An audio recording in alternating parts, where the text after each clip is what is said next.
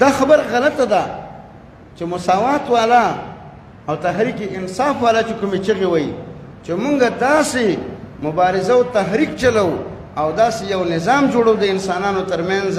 چې یا به ټول مالداره کېږو غنیان کېږو یا به ټول فقیران کېږو دا ستا هغه پلار او نیکه نشي کولی او نه کړي ده او نه به ستا اولادونه او نسلونه تر ورځ د قیامت پورې وکړي ځکه رب العالمین دې ډېرو انسانانو ته او نیکانو خلکو ته ډېر مال دولت او د دنیا اسباب او وسایل نه ورکوي ځکه ولا بغو په الارض بيدو کې بغاوت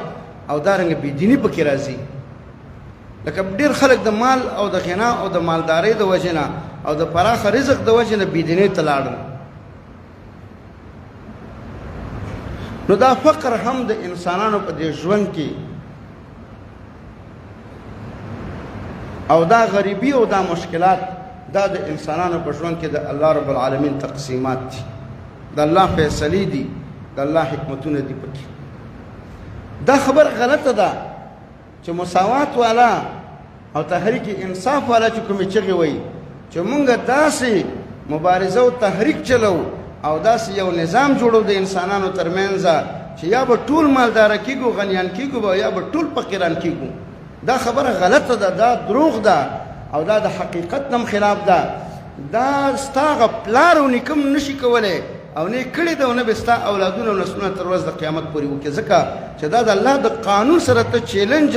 او ننګونه او اختار ورکوي الله وایي چې ورفع بعضکم درجات او نحن قسمنا بینهم معیشتهم او ته وایي چې نه یا زه ټول غنیان کومه او یا ټول فقیران کومه او دا خبره ستا هم دروغ ده ځکه چې د دې دعوی مشران چې دي هغه یو قسمه کورونو او موټرو سورلیو کې ګرځي یو قسمه ژوند کوي او هغه چې چغې ورته وایي زنده‌باد او مرده‌باد هغه خواران او غریبانان او فقیران او مسکینان دي او دوړو والی وي او کله په یو سړک کې او کله په یو کوڅه کې او کله په بل چوک کې ناست نو دا خبره د دې ځنه په دروغ باندې شروع ده د دې وجې نه شریعت او قرآن او سنت د مساوات دغه نظریه د په ډیرو آیاتونو کې رد کړې ده نو په انسانانو کې یوه طبقه د غنیانو ده یوه طبقه د فقیرانو ده